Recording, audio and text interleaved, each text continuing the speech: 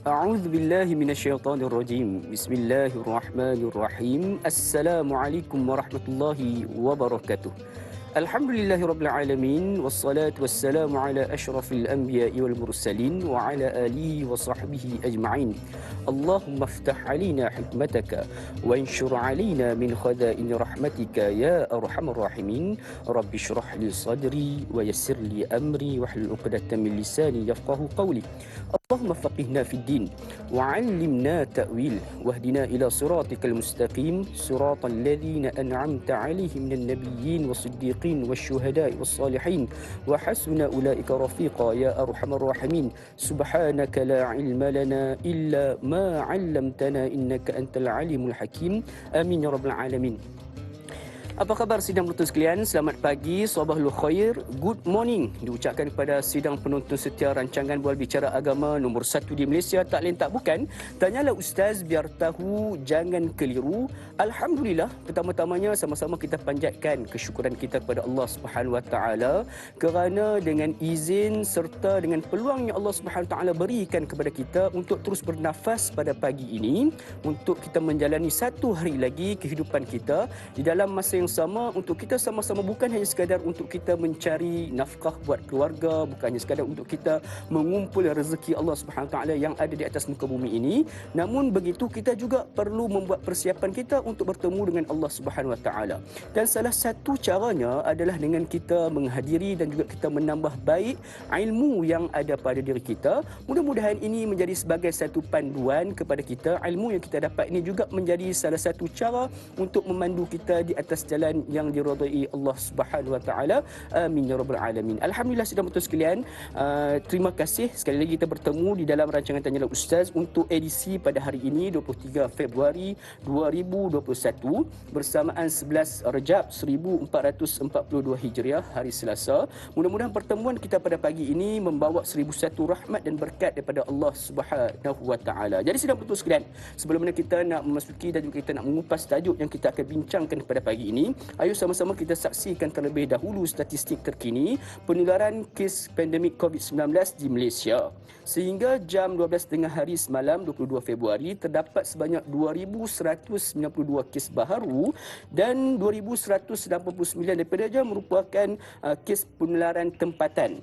Dan ini menjadikan jumlah kes aktif dan keboleh jangkitan di Malaysia adalah sebanyak 32,076 kes. Dan duka cita dimaklumkan bahawa terdapatnya 6 kes kematian baharu semalam yang menjadikan jumlah kematian kes di Malaysia disebabkan oleh COVID-19 ini adalah sebanyak 1,062 kes. Dan sidang penonton sekalian, kita melihatkan daripada statistik yang dianjurkan dan yang dikeluarkan oleh KKM semalam menunjukkan penurunan penurunan jumlah bagi kes aktif dan keboleh jangkitan. Ayuh sama-sama kita terus patuhi SOP yang telah digariskan oleh KKM. Mudah-mudahan suatu hari nanti tidak mustahil dengan disiplin yang kita tunjukkan, COVID-19 ini akan terputus penularannya di Malaysia. Amin ya rabbal alamin, insya-Allah. Jadi insya-Allah seperti biasa sidang penonton sekalian, dalam rancangan Tanya Ustaz kita membawakan topik-topik yang penting untuk kita sama-sama pelajari dan dalami. Dan pada hari ini menerusi pengajian hadis, kita akan sama menerusi satu hadis berkaitan dengan topik hati yang mati. Selama ini mungkin kita tertanya-tanya, adakah hati aku ini sakit ataupun hati aku ini sudah mati ataupun hati kita ini sihat? Jadi ini semua akan dikupas, akan dijawab persoalan-persoalannya bersama dengan panel yang kita tampilkan khas yang tidak perlu lagi untuk diperkenalkan. Memang dia boleh dikatakan sudah popular di dalam rancangan Tanya Ustaz ini. Tak lain tak bukan yang berbahagia Al-Fadhil Ustaz Ahmad Husni Abdul Rahman kita. Assalamualaikum Ustaz. Waalaikumsalam warahmatullahi wabarakatuh. Ustaz sentiasa ceria. Alhamdulillah. Jadi sidang penonton sekalian, terima kasih diucapkan kepada yang berbahagia Ustaz kerana sudi untuk hadir pada pagi ini untuk sama-sama berkongsi ilmu dengan kita. Daripada sidang penonton sekiranya ada sebarang persoalan yang ingin diajukan kepada kami seperti biasa, boleh untuk hubungi kami secara terus di talian 1800 881677 ataupun boleh terus menerusi Facebook rasmi kami di Tanyalah Ustaz TV3, insya-Allah. Jadi sebagai permulaannya ni, ayuh sama-sama kita nak dengarlah sedikit mukadimah pada yang berbahagia Ustaz. Apakah sebenarnya yang dimaksudkan hati yang mati ni Ustaz? Silakan. Assalamualaikum warahmatullahi wabarakatuh. Bismillahirrahmanirrahim. Alhamdulillah, thumma alhamdulillahi wa kafa. Wassalatu wassalamu ala habibil mustafa nabiyina Muhammadin khairu man ijtaba.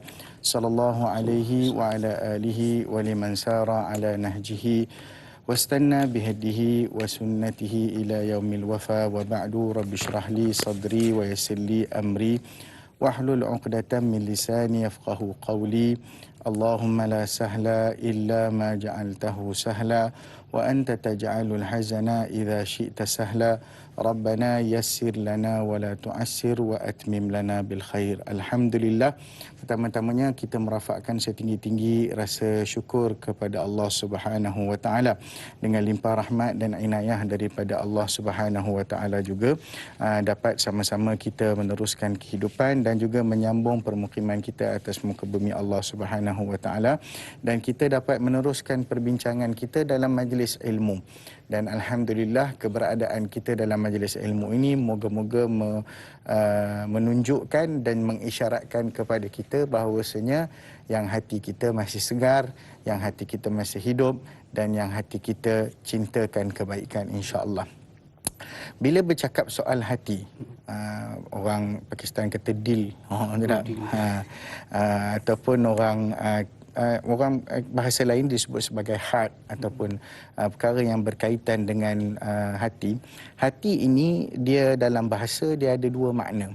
Yang pertama disebut sebagai khalisus syai'i wa syarifuhu, perkara yang paling suci dan yang paling mulia akan sesuatu, iaitu kalau kita sebut sesuatu itu bersih, dia panggil qalb, dia panggil hati juga, bahasa Arab disebut qalb. Yang kedua, raddu syai'in ala syai'in, iaitu bertukar-tukar pihak ataupun bertukar keadaan. Contoh, kita angkat handphone ni letak dekat sini, kita tukar dekat sini. Ini qalb dia panggil ni. Tukar. Dalam bahasa orang kata apa, dalam bahasa Arab ada perbahasan mengenai qalb, maknanya qalbu al-ahruf, tukar huruf, ya, al-i'la bil qalb. Banyak perbahasan yang berkaitan dengan penukaran. Begitu juga kenapa dinamakan hati itu ataupun qalbu qalban, dinamakan, bukan baca elok-elok ya sahabat-sahabat, jangan baca kalbu kalban. Kalbu tu kalau dulu orang kata al-kalabu malami kan. Kalbun tu anjing, qalbun bil qaf, dengan qaf tu itu adalah hati. Okey. Kenapa dinamakan hati itu sebagai qalb? Kerana dia adalah sesuatu yang paling suci, yang paling murni dan yang paling tinggi nilainya, iaitu anggota yang satu anggota yang dianggap sebagai merajai tubuh badan. Dalam hadis menyebutkan ala inna fil jasadi mudghah idza saluhat saluhal jasadu kulluh wa idza fasadat fasadal jasadu kulluh ala wahiyal qalb. Ketahuilah kamu bahawasanya dalam tubuh manusia itu dia ada satu gumpal darah. Dia sejenis darah beku, yang mana bila baiknya darah ini, baiknya benda ni, baiklah seluruh jasad. Apabila rosaknya perkara ini, rosaklah seluruh jasad. Apa maksud baik dengan rosak? Baik seluruh jasad bermaksud baik dari sudut biologi dan juga baik dari sudut spiritual. Okey, baik dari sudut fizikal, baik dari sudut spiritual. Juga rosak yang dimaksudkan adalah rosak dari sudut spiritual dan juga rosak dari sudut fizikal. Okey, itu adalah hakikat sebuah hati. Baik. Dan yang kedua, sumiyal qalbu qalban. Kenapa dinamakan hati ini juga sesuatu yang boleh berubah-ubah, boleh berbalik-balik? Sebab dia ni banyak kali berubah. Hati ni kondisi dia banyak kali berubah. Sebab dia boleh berubah dengan sesuatu insight, dengan sesuatu perkara. Kalau orang yang melabur saham, trade saham, dia punya hati, dia memang emosi duduk main saja. Turun sikit, duduk. Naik je dia gembira, lepas tu tak reti nak jual. Lepas tu dia turun pula, Allah. Dia macam tu lah, berbolak-balik. Ada perkara-perkara yang bila contohnya kita dengar satu cerita, ni macam golongan anti vaksin ni kan. Dia dengar cerita-cerita, tak boleh. Lepas tu yang seorang ni bercakap, mula doktor bercakap tak ada masalah vaksin. Orang kedua bercakap ada masalah vaksin, agenda Yahudi, konspirasi teori semua. Sudah. dah hati berubah balik. Lepas tu mai pula tok guru mana atas mai cakap pula sini minta elok pula. Lagi bertambah. Mai pula seorang lagi tok guru kata tak, ini semua macam ni semua ubatan tidak Allah jadikan sia-sia. Sudah. Jadi macam-macam. Berbolak-bolak. Hati ni dia ada mughayyirat. Okey. Sebab itu dalam doa, dalam hadis yang diriwayatkan oleh Imam Tirmizi rahimahullah taala, Allah taala kita sering kali hendak berdoa kepada Allah taala. Allah kata apa? Untuk kita kata apa? Ya muqallibal qulub, tsabbit qalbi ala dinik. Ada yang tambah doa tu, tsabbit qalbi ala dinika wa ala ta'atik. Ya Allah, yang Tuhan yang membolak-balikkan hati manusia. Dan dalam hadis lain disebutkan hati manusia ni berada di celah-celah jari jemari Ar-Rahman. Okey, jadi bila kita sebut perkataan itu, maka kita tidak boleh menggambarkan jari jemari Tuhan itu sebagaimana jari jemari manusia. Jangan buat begitu, kerana itu bersifat tasbih ataupun menyamakan manusia dengan Tuhan. Allah Taala laisa kamitslihi syai' wa huwas samiul basir. Tuhan tidak sama langsung dengan makhluk. Okey, baik. Bila kita sebut wahai Tuhan yang membolak-balikkan hati, tetapkan hatiku pada jalan agamamu. Tetapkan hatiku pada jalan ketaatan. Tetapkan hatiku pada jalan kebaikan. Jadi bila kita sebut tentang hati lagi, Nabi SAW bersabda dalam satu hadis, innama sumiyal qalbu min taqallubihi innama mathalul qalbi kamathali rishatin bil falah ta'allaqat fi asli syajaratin tuqallibuha ar-rihu dhahran li batnin. Maksudnya sesungguhnya dinamakan hati itu sesuatu yang berbolak-balik sebab dia umpama satu benda yang digantungkan kat pokok yang dia boleh bertukar-tukar gitu. Mari angin dia pergi ke arah ni, mari ni dia pergi ke arah sana. Okey, jadi maksudnya perkara yang boleh berbolak-bolak. Jadi bila kita nak bincang hari ni soal hati yang mati, hati ni ada beberapa jenis, insya-Allah kita akan bincangkan dalam perbincangan kita. Tetapi dalam satu hadis sahih, Nabi SAW pernah memberikan nasihat kepada sahabat baginda Abu Hurairah radhiyallahu ta'ala anhu dengan katanya, wala tuksirid dhahik fa inna kasrata ad-dhahik tumitul qalba. Kata Nabi SAW, atau kama qala alaihi salatu wasalam dalam hadis riwayat al-Imam At-Tirmizi. Nabi kata apa? Janganlah kamu banyak tertawa, wala tuksirud dhahik. Jangan banyak sangat kamu tertawa. Fa inna kasratad dhahik tumitul qalb. Sesungguhnya simple, Nabi bagi alasan, hang jangan banyak ketawa, kalau hang banyak ketawa mati hati. Okey, jadi kita nak membincangkan tentang kondisi hati yang mati dan bagaimanakah sifat-sifat hati mati. Banyak sifat hati mati ni. Dan Allah Taala menyifatkan dalam Al-Quran, kalau tak salah saya ada berapa belas sifat tentang hati mati ni. Jadi insya-Allah kita bincang satu persatu dan kita minta, biasanya orang takut kalau jiwa mati hak fizikal tu, tapi orang tak pernah rasa takut bila hati mati. Wallahu a'lam. Jadi sidang betul sekalian, itu adalah penerangan awal berkaitan dengan maksud hati. Jadi seperti mana yang dikatakan oleh yang beragam ustaz sebentar tadi, makna qalb itu sendiri ada dua, iaitu perkara yang paling suci, dan yang keduanya adalah sesuatu benda yang bertukar-tukar. Jadi sidang betul sekalian, ayo sama-sama je ustaz kongsikan tadi tentang satu doa yang kita boleh amalkan selalu selepas mana kita solat ataupun dalam tahiyat terakhir kita, selepas mana bacaan tahiyat terakhir, iaitu ya muqallibal qulub tsabbit qalbi ala dinik. InsyaAllah. Jadi sudah betul sekalian, itu satu perkongsian yang cukup baik bagi permulaan ini. Jadi nak tahu dengan lebih lanjut untuk menjawab persoalan-persoalan yang diajukan oleh sahabat-sahabat sekalian, teruskan bersama kami dalam rancangan Tanyalah Ustaz, biar tahu jangan keliru, kembali sebentar sahaja lagi insya-Allah.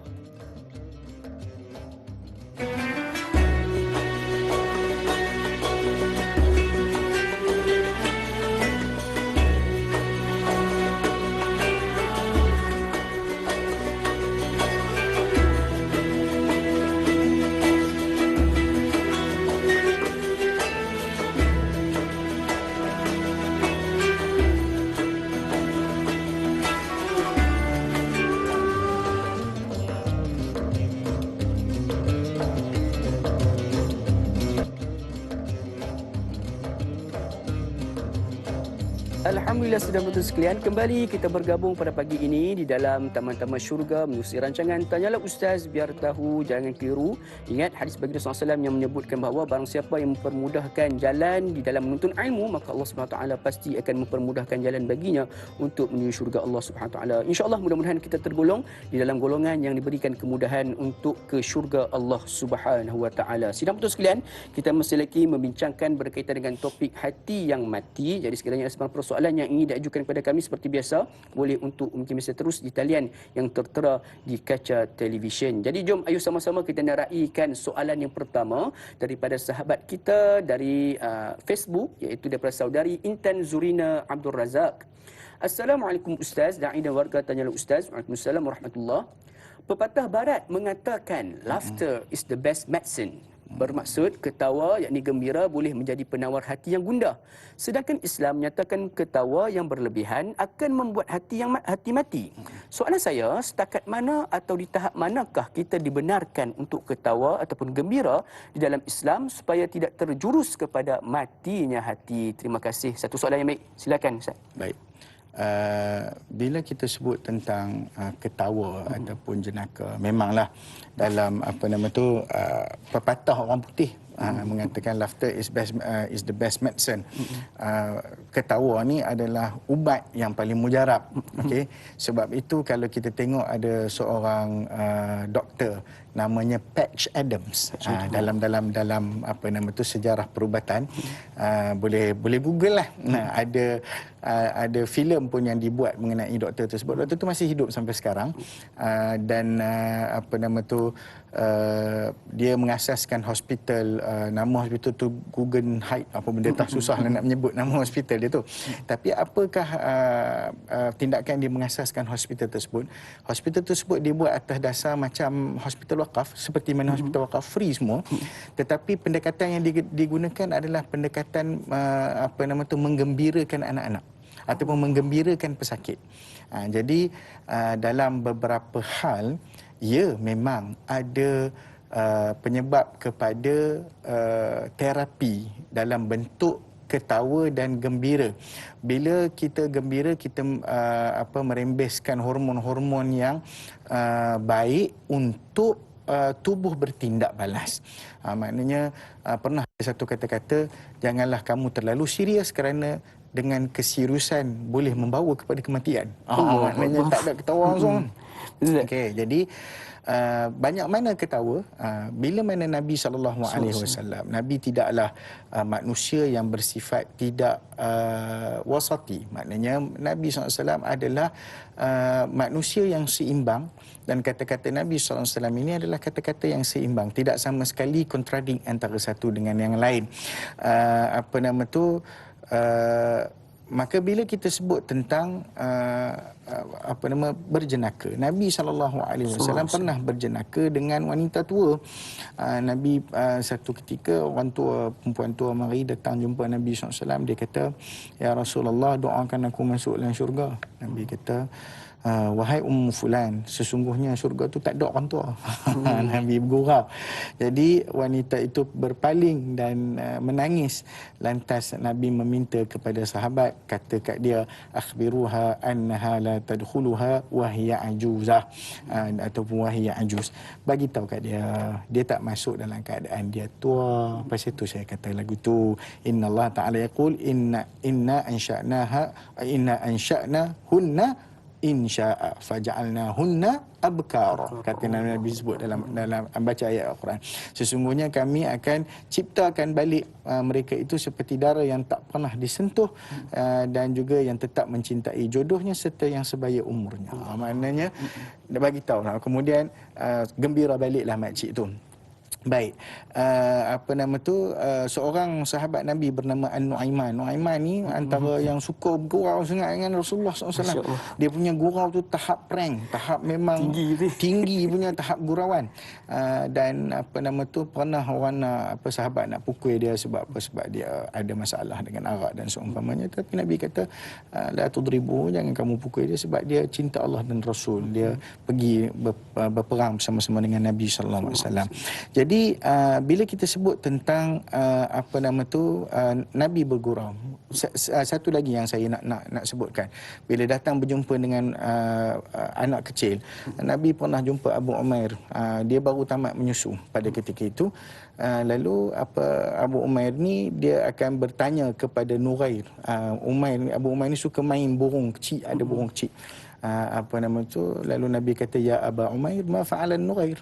Maknanya, wahai Abu Umair, apa yang si Nughair buat? Nama sama Umair, Nughair. Nabi seolah-olah berima begitu. Menghiburkan, sesuatu yang menghiburkan. Boleh bergurau, boleh berjenaka, tetapi jangan melampaui batas. Maksudnya, kita hanya asyik ketawa sehingga menyebabkan kita lupa untuk menangis. Itu maksudnya. Boleh ketawa, boleh. Cuma asas Nabi kata, la kathirud dhahik. Jangan perbanyakkan. Maknanya dalam sehari ini, kita boleh kira lah hak mana yang kita gelak, hak mana yang kita ni. Gelak ni macam-macam lah. Ada orang gelak terbahak-bahak, ada orang gelak ni. Tapi yang terbaiknya mengikuti sunnah. Susah nak ikut sunnah Nabi ni. Nabi hanya paling maksimum dia tergelak, terketawa pun nampak gigi dia. Kita bukan takat nampak gigi, nak rangkung pun nampak. Jadi masalahnya, macam mana hadnya, kita akan tahu apabila dia bukanlah sentiasa. Dia seketika, ibarat secupit garam dalam masakan, ibarat gula dalam minuman. Masya Allah. Ibarat cukup sekadar secupit garam dalam masakan, sedikit gula di dalam minuman. Itu saja memadai. Boleh untuk ketawa, tetapi jangan sampai terlupa untuk menangis. InsyaAllah. Mudah-mudahan menjawab persoalan tersebut. Jadi kita pada saat sekarang ini ada sahabat pemanggil talian, iaitu Tuan Haji Omar Abdul Majid. Kita Assalamualaikum Tuan Haji Omar. Waalaikumsalam warahmatullahi wabarakatuh. Dari Luqman dan Ustaz Ahmad Husni Abdul Rahman. Saya Omar Abdul Majid dari Medan Cini Timur 3 Pekan Pahang. Assalamualaikum Ustaz dan Da'i. Waalaikumsalam. Allah berkata, apa khabar Tuan Haji Omar pagi ni? Alhamdulillah saya sehat. Da'i dan juga Ustaz sehat ya pada pagi ini. Alhamdulillah seperti biasa. Silakan Tuan Haji Omar soalan pagi ni insya-Allah. Ustaz dan Da'i. Kita ni diberi sepasang mata, sepasang telinga, sepasang tangan dan juga sepasang hati. Tapi sepasang kaki. Tapi kita tidak diberi sepasang hati, Ustaz ya. Semua orang tahu tu penyatuan dua hati itu antara wanita dan lelaki ini, itu yang dikatakan perkahwinan tu untuk hidup secara berkasih sayang antara penyatuan dua hati tadi tu. Soalan saya Ustaz, apabila penyatuan dua hati ini akan adalah lahirnya zuriat dan sebagainya. Soalan saya, apakah tanda-tanda hati seseorang itu mati boleh kita lihat dengan zahir ataupun mata kasar kita? Apakah tanda-tanda ataupun ciri-ciri yang menyebabkan hati seorang itu mati? Apakah dia tak mau dengar kebaikan ke, ataupun dia mengikut kata hati dia je, atau mengikut emosi, perasaan dan sebagainya, hingga kan dalam rumah tangga berlaku penderaan anak hingga mati pun ada ni, kehilangan nyawa ni Ustaz ni.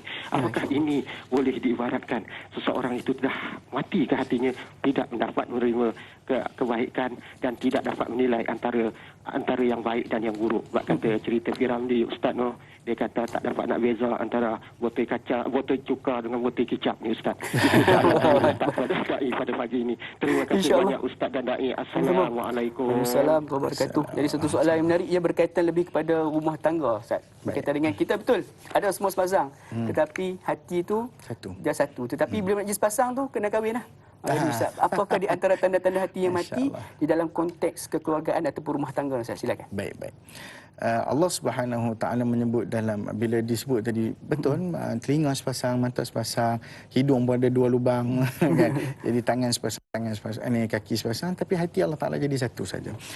Benar dalam surah Al-Ahzab Allah Subhanahu Wa Taala berfirman, ma ja'alallahu li rajulin min qalbayni fi jawfihi. Tidak Allah Subhanahu Wa Taala menjadikan 2 hati di dalam satu rongga dadanya. Maknanya dalam rongga dada itu ada satu hati saja. Tak boleh ada 2. Jadi kita faham dah kedudukan hati itu tak kat mana? Dekat dada kita lah. Okay? Dada ni macam-macam ada situ. Ada jantung dan sebagainya. Maka apabila kita sebut tentang hati ni, memang satu hati. Sebab tu kebiasaannya kita tidak boleh fokus 2 benda dalam satu masa. Dia satu masa tu satu benda tu saja untuk kita buat. Itu antaranya lah. Dan kenapa Allah berikan satu sahaja? Kerana yang satu tu pun sudah berbolak balik kalau ada 2. Macam mana keadaan kan? Baik. ditanya tadi, apakah tanda-tanda hati yang mati? Pertama sekali antara benda yang boleh kita tengok tanda-tanda hati mati ni adalah banyak tandanya. Yang nombor satu, boleh kita kata dia al-bu'du an dzikrillah, dia jauh daripada mengingati Allah Subhanahu wa taala. Al-farqu baina al-hayy wal mayyit, apa nama tu, alladhina yadhkurullah walladhina la yadhkurullah. Maksudnya orang yang mengingati Allah, alladhi yazkurullah walladhina la yazkurullah, kal hayy wal mayyit. Maknanya seumpama orang yang hidup dengan orang mati. Orang yang lalai mengingati Allah. Lalai mengingati Allah ni maksudnya bukan maksud dengan semata-mata maksud zikir, sebut astaghfirullah, innallah, kan. Maknanya bila apa nama tu, hati yang hidup tu, innama al-mu'minuna idza dzukirallah wajilat qulubuhum. Bila mana orang mukmin bila disebut Allah, apa-apa sahaja perkara yang berkaitan dengan iman akan gentar hati dia. Berkaitan dengan Allah akan gentar hatinya. Yang tadi hadis kita baca, mathalul ladzi yadhkuru rabbah wal ladzi la yadhkuru rabbahu kamathalil hayy wal mayyit. Umpama orang yang berzikir dengan orang tak berzikir macam orang hidup dengan orang mati. Mana orang yang tak berzikir ni macam orang matilah. Hadis muttafaqun alaih. Rumah pula, mathalul bait, ini tadi pergi pada rumah tangga. Mathalul bait alladhi yadhkurullah fihi wal bait alladhi la yadhkurullah fihi mathalul hayy wal mayyit. Rumah yang tidak berada di dalamnya zikrullah dan rumah yang berada dalam zikrullah seumpama yang mati dan hidup. Mana rumah yang kosong pada zikrullah mati, rumah yang kosong daripada Al-Quran kubur. Ya. Jadi inilah yang disebutkan. Bila sebut kubur, cantik juga bila Nabi SAW sebut kubur, la taj'alu buyutakum qubura ataupun maqabira, jangan jadikan rumah kamu sebagai kubur. Apa maksud signifikan dengan kubur? Matilah. Jadi bagaimana dalam keluarga, mati hati dalam keluarga. Isteri yang tidak mendengar kata-kata suami, suami yang tidak saleh, bapa yang tidak saleh, anak-anak yang macam-macam ragam fi'il dan perangai dan seumpamanya. Maka dalam keadaan ni bukan kita menyalahkan, kalau kita tengok ada keluarga masalah ni, kurang berzikir semua ni. Mungkin itu masalahnya, tetapi bukan itu semua masalahnya.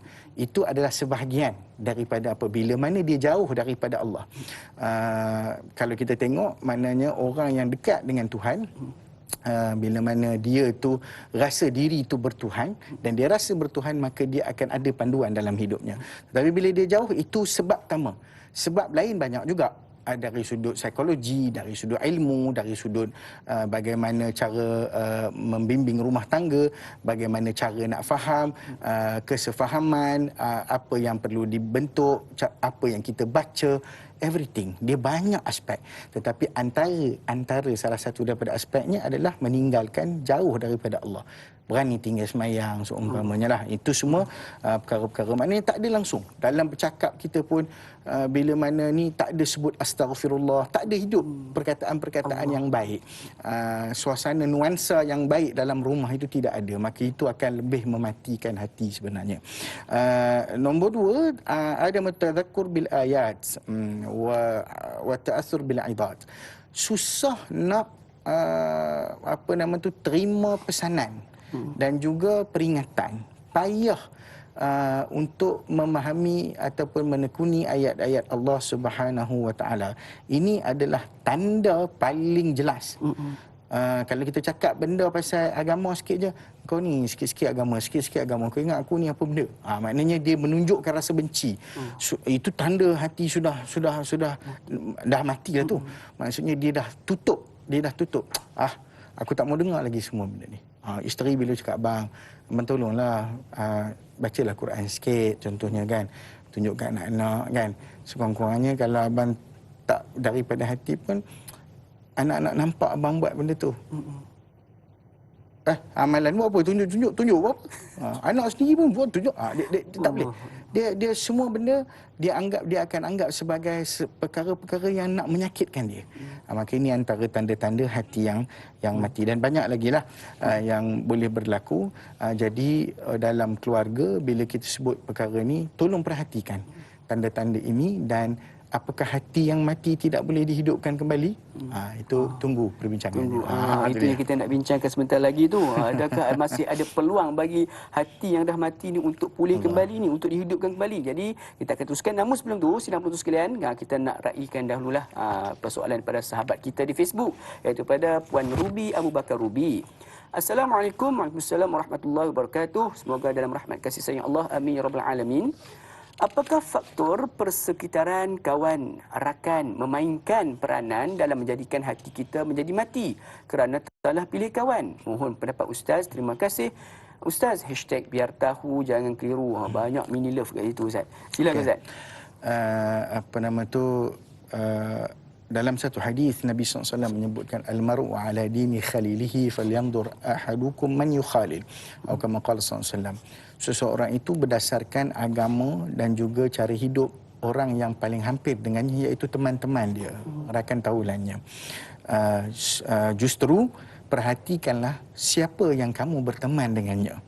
Jadi pesanan Nabi SAW ni, bila kita tengok soal peer pressure ataupun soal kawan-kawan, rakan-rakan ataupun masyarakat sekitar, memang manusia dia akan cenderung kepada kumpulan yang sezaman, seumur dan sebaya dengan mereka.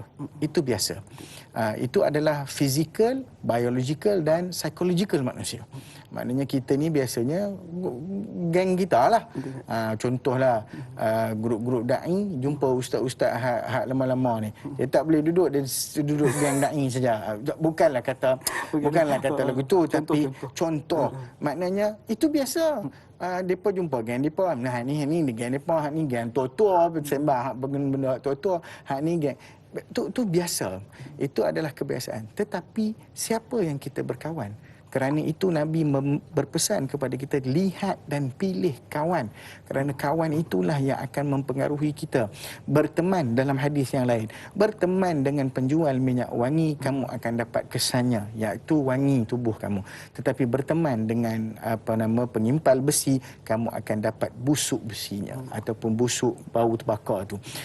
Kedua-dua ni Nabi pesan, dia nampak macam satu positif, satu negatif, tetapi actually ada sisi positif juga bila sebut tentang pengimpal besi tu, bukan semata-mata negatif. Pengimpal besi, kita nampak, kita boleh belajar cara dia mengimpal misalnya lah. Tetapi yang nak disampaikan daripada hadis itu adalah dua bau. Nabi nak bawa perbezaan antara bau, satu bau wangi, satu bau busuk. Begitulah juga contoh kita berkawan dengan orang yang, ini bukanlah saya kata begini, kita tak isap rokok, tapi kita duduk dalam kelompok yang menghisap rokok. Kita keluar, mesti orang tanya, kau merokok? Mesti bau. Bukan kita kata itu ni, tapi itulah kesannya. Begitulah juga kita siapa yang berkawan dengan kita. Kalau kita berkawan dengan khalayak yang dilihat khalayak itu ialah dari sudut dakwah, cerita lain. Ya, yang kata ustaz, tu tak bolehlah berdakwah, kita tak bolehlah pergi pada kumpulan-kumpulan ni. Bukan maksud tak boleh berdakwah, tetapi dari sudut persekitaran, kita memilih persekitaran. Sebab jangan mendabik dada bahawa kita mampu mengubah persekitaran. Jangan, no. Itu hanya beberapa orang yang diberikan kekuatan dan juga orang kata mauhibah oleh Allah Subhanahu Wa Taala boleh mengubah persekitaran dengan talent yang dia ada. Tetapi kita sebenarnya kena mencari persekitaran yang disebut bi'ah salihah, persekitaran yang baik. Persekitaran baik ni macam-macam tarifan kita boleh bagi, bukan semata-mata usaha yang baik ni duduk dengan geng-geng pakai serban saja. Tak, yang tak pakai serban pun ada yang baik kan. Kalau kita duduk dalam kumpulan yang bercakap merapu, kita pun akan bercakap merapu. Kalau kita duduk dalam kumpulan yang bincang ilmu sahaja, maka kita akan berbincang tentang ilmu. Saya teringat satu kisah di zaman Umar bin Abdul Aziz. Waktu sebelum-sebelumnya, pemimpinnya asyik bercakap tentang soal pembangunan, soal tak apa, okey. Tetapi lebih banyak berbicara tentang soal dunia, yang mana yang tidak memberikan apa-apa manfaat sebenarnya. Tapi bila zaman Umar bin Abdul Aziz, dia bercakap tentang ilmu, dia bercakap tentang hati, dia bercakap tentang amalan, maka perbincangan antara rakyat dia apa? Macam mana tahajud kamu pagi tadi? Tapi soalan tu kalau kita tanya orang hari ni, orang kata kita poyok, betul tak? Sebab apa? Sebab itu bukan perbincangan biasa kita. Sebab apa? Sebab kita terlalu banyak berbincang. Tengok saja WhatsApp group saya. Bukan takat WhatsApp group, macam-macam jenis WhatsApp group lah. Ada WhatsApp group ustaz-ustaz, ada WhatsApp group ni, WhatsApp group ni. Tengok apa yang dibincangkan dalam tu. Perbezaan. Maksudnya kita kena berada di kelompok yang hanya sayanya nakkan kebaikan. Maka tengok siapa kelompok yang kita gauli. InsyaAllah. Jadi saya juga ada pengalaman Ustaz, dulu pernah berkawan dengan geng tabligh ni. Bila bertemu dengan mereka, mereka katanya berapa banyak zikir dan sebagainya. Jadi itulah kita perlu memilih bai'ah salihah di dalam kita memilih kawan kita, insyaAllah. Jadi sudah betul sekalian, banyak lagi yang kita akan bincangkan berkaitan dengan hati yang mati. Jangan ke mana-mana, teruskan bersama kami rancangan Tanyalah Ustaz, biar tahu, jangan keliru.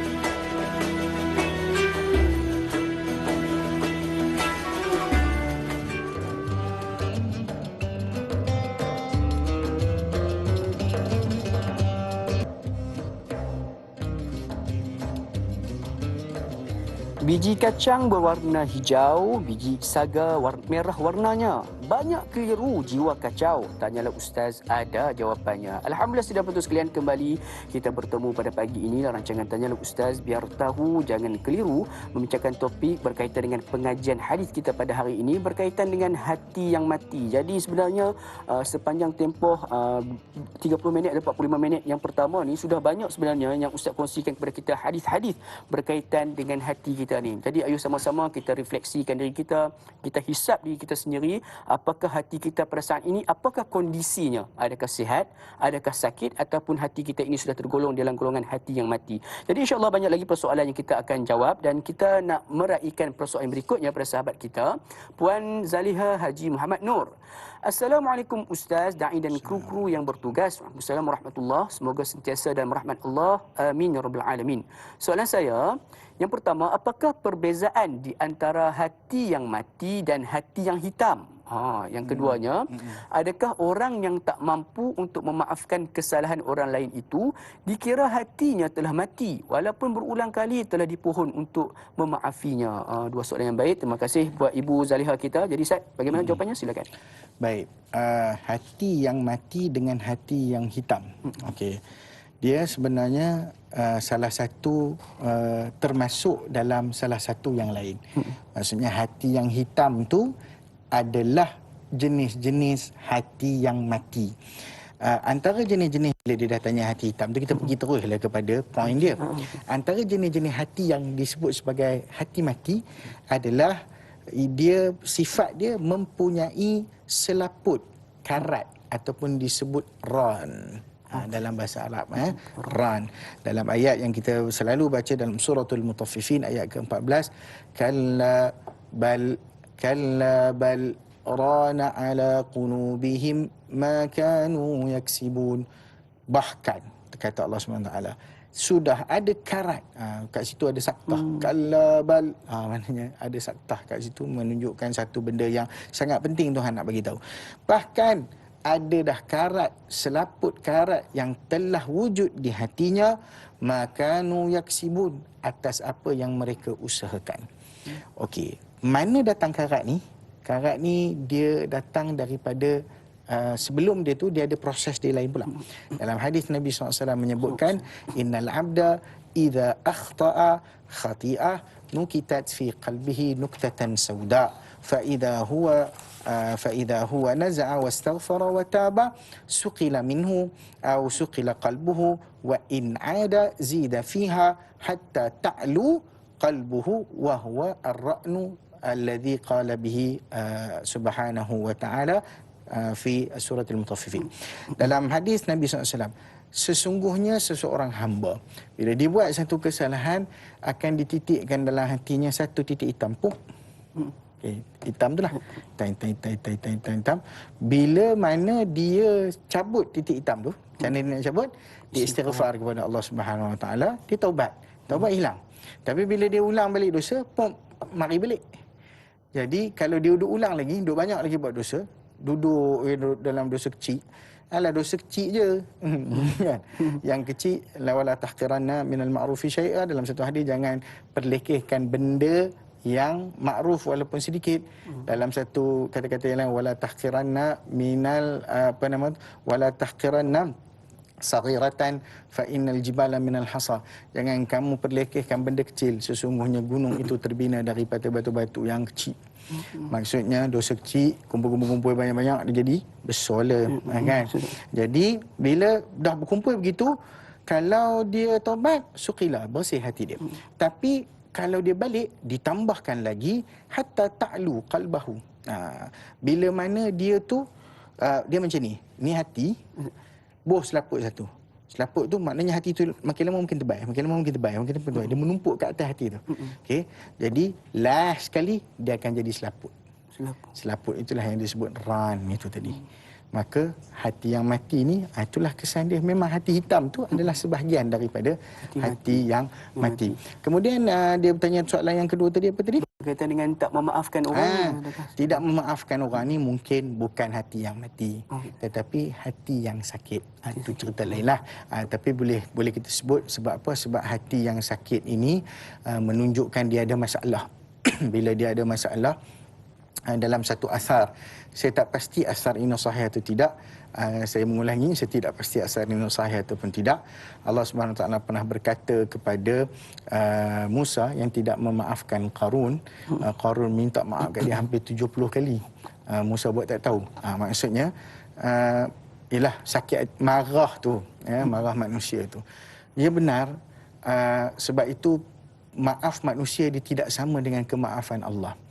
Kemaafan Allah ni Allah bagi tahu dekat kita. Allah kata, ya abdi, dia kata wahai hambaku, law balagat dhunubuka aynana sama' thumma astaghfartani ghafartu laka wala ubali. Wahai hambaku, kalau dosamu sampai ke kaki langit sekalipun, aku kalau hang meminta maaf kat aku bagi maaf, aku tak peduli langsung. Dosa hang aku tak nampak, dosa hang banyak tu pun aku tak kisah, aku boleh maafkan. Sebab pengampunan Tuhan itu sangat luas.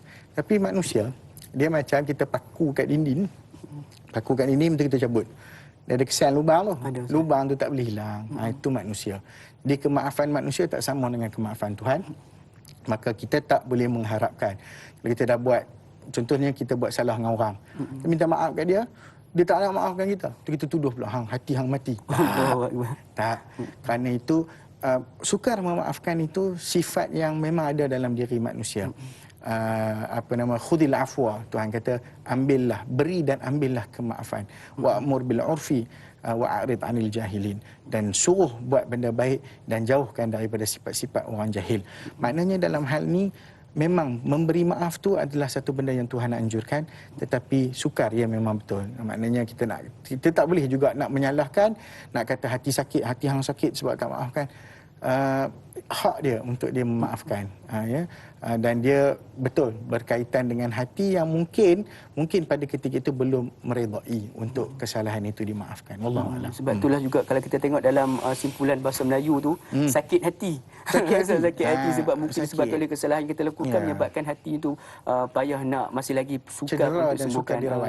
InsyaAllah mudah-mudahan menjawab persoalan tersebut. Jadi Ustaz, pada saat sekarang ni kita ada sahabat pemanggil kita, Tuan Abdullah kita. Assalamualaikum. Waalaikumsalam, Ustaz. Apa khabar Tuan Abdullah kita? InsyaAllah baik. Ya, silakan dengan soalan pagi ni insyaAllah. Ada dua perkara lah. Sebab apa hati mati? Adakah dia dapat hidayah? Yang mana adakah dia dikontrol oleh otak kita ataupun oleh hati kita ataupun nafsu kita? Dan lagi satu, hati kita mati adakah disebabkan kita tak menjaga makanan yang diambil atau kerana makanan benda yang haram termasuk rasuah, arak dan sebagainya. Terima kasih. Sama-sama. Terima kasih Tuan Abdullah kita daripada Somban. Jadi Ustaz, dua soalan yang menarik. Yang berkaitan yang pertama sekali ni, boleh saya rangkumkan sebagai satu soalan lah. Apakah di antara punca-punca yang menyebabkan hati seorang tu mati, Ustaz? Silakan. Baik, pertama sekali bila disebut tadi hati ni dia ada berkaitan juga dengan minda, dengan akal. Memang benar dalam tafsiran-tafsiran yang berkaitan dengan hati ada yang dikatakan hati itu sebagai fuad, dan ada kata hati itu juga sebagai al-aqlul mahd, maknanya akal yang murni. Disebutkan dalam perbahasan-perbahasan yang lain, maksudnya kalau contoh tengok Imam Ghazali sebut dalam Ihya Ulumuddin, benda yang hati ni benda halus, bersifat ketuhanan, kerohanian, mempunyai hubungan erat dengan jantung. Imam Ghazali sebut kehalusan ini mampu mencerap, mengetahui dan mengenali sesuatu perkara sama ada baik atau buruk. Kemudian dia ada sebut tentang fuad, satu benda yang makin dalam hati tersebut, yang lebih dalam hati. Kemudian dikaitkan juga dengan al-aql, sebagaimana disebut dalam Hafiz Ibn Hajar Al-Asqalani menyebutkan al-afidah hiya al-uqul allati markazuha al-qalb. Maknanya afidah ni, fuad ni, dia adalah akal budi, akal jiwa manusia. Jadi benda ni connected. Akal yang ada dekat kepala, hati. Maknanya dia connected. Jadi nak jaga kat mana? Jaga yang kat sini. Sebab yang jaga kat sini pun akan okey, insya-Allah. Bila mana orang yang ada contoh hatinya bersih, dia suka membaca. Sebab apa? Sebab dia akan baca sama ada golongan yang menentang dia ke ataupun golongan yang bersama dengan dia baca semua. Jadi akalnya akan bertambah subur. Sebab apa? Sebab dia tahu dua-dua hujah pihak yang bertentangan, misalnya dalam satu hal. Maka dengan itu, kata, kalau tak silap saya, kata Imam Az-Zamakhsyari, man kasura tila'uhu qalla i'tiraduhu, siapa yang banyak baca dia akan kurang bergaduh, berkelahi. Jadi itu antara benda-benda lah, dan perkelahian akan menyebabkan hati mati juga. Okay? Kemudian antara sebab-sebab ditanya tadi, apakah bersumberkan kepada makanan yang haram? Ya. Apabila berkaitan dengan makanan, apabila berkaitan dengan soal-soal apa yang kita ambil. Sebab apa? Nabi SAW menyifatkan dalam satu hadis, kullu lahmin nabata min haram fannaru awla bihi, setiap daging yang tumbuh daripada sumber yang haram, maka neraka paling layak baginya. Maka dia ada kesan, makanan dia ada kesan kepada jiwa kita. Sebab itu antaranya Nabi sebut dalam hadis lain, tidaklah menjadi seseorang itu buruk kecuali dia memenuhi tembok. Itu saya tembok daripada perut dia lah. Cakap perut, tengok perut sendiri kan. Jadi maknanya cara kita kawal, maknanya daripada situ adalah punca penyakit. Dia boleh jadi penyakit hati, boleh datangkan kemalasan dan sebagainya. Apatah lagi kalau sumber-sumber itu daripada sumber yang haram, maka dia boleh memang menjadi asbab kepada kematian hati. Wallahu a'lam. Insya-Allah. Jadi itulah juga di antara beberapa punca yang dikongsikan oleh beberapa ustaz berkaitan dengan yang menyebabkan hati seorang itu boleh mati. Jadi mudah-mudahan kita berjaga-jaga dan ambil perhatian agar yang salah satu seperti dikatakan oleh ustaz, iaitu jaga pemakanan kita, jangan mengambil daripada sumber-sumber yang haram. Mudah-mudahan ia memberikan satu mencambahkan kebaikan kepada hati kita, insya-Allah. Jadi kalau saya boleh tambah Ustaz, lagi, silakan, kalau saya boleh tambah lagi, terlupa tadi.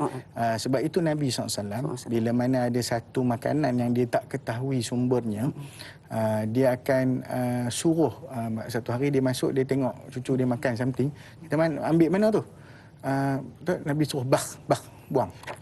Buang. Tak tahu.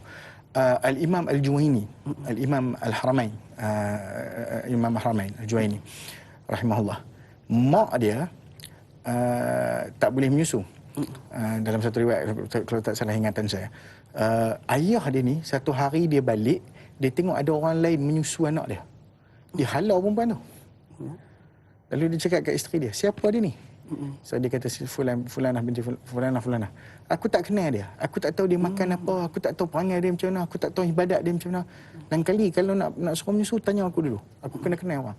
Nampak? Sampai begitu sekali. Jaga. Wallahualam. InsyaAllah. Mudah-mudahan dengan menjaga pemakanan akan juga terjaga hati kita, insyaAllah. Jadi mudah-mudahan punya persoalan pada Tuan Abdullah kita nak raikan pula soalan daripada sahabat kita berikut daripada Facebook, iaitu Puan Rahimah Saud. Assalamualaikum Ustaz Husni dan Luqman dan kru tanya Ustaz. Waalaikumsalam warahmatullahi. Soalan pertama, Rasulullah SAW mengingatkan kita supaya tidak banyak tertawa kerana banyak tertawa menyebabkan hati mati. Pepatah Inggeris mengatakan, laugh and grow fat. Sabda Rasul sallallahu alaihi wasallam adalah benar. Namun manusia masih meneruskan aktiviti untuk menyebabkan orang tertawa dengan jenaka mereka. Apakah teguran ustaz? Dan soalan keduanya, jika kita tidak memerhati dan membaca hadis-hadis Rasul sallallahu alaihi wasallam selama 3 hari, adakah ia penyebab kepada matinya hati? Ini satu soalan yang baharu. Jadi ustaz, untuk jawapannya sila betul sekalian, yang ke mana teruskan bersama dengan kami rancangan Tanya Ustaz, biar tahu jangan keliru. Jawapannya sebentar sahaja lagi, insya-Allah.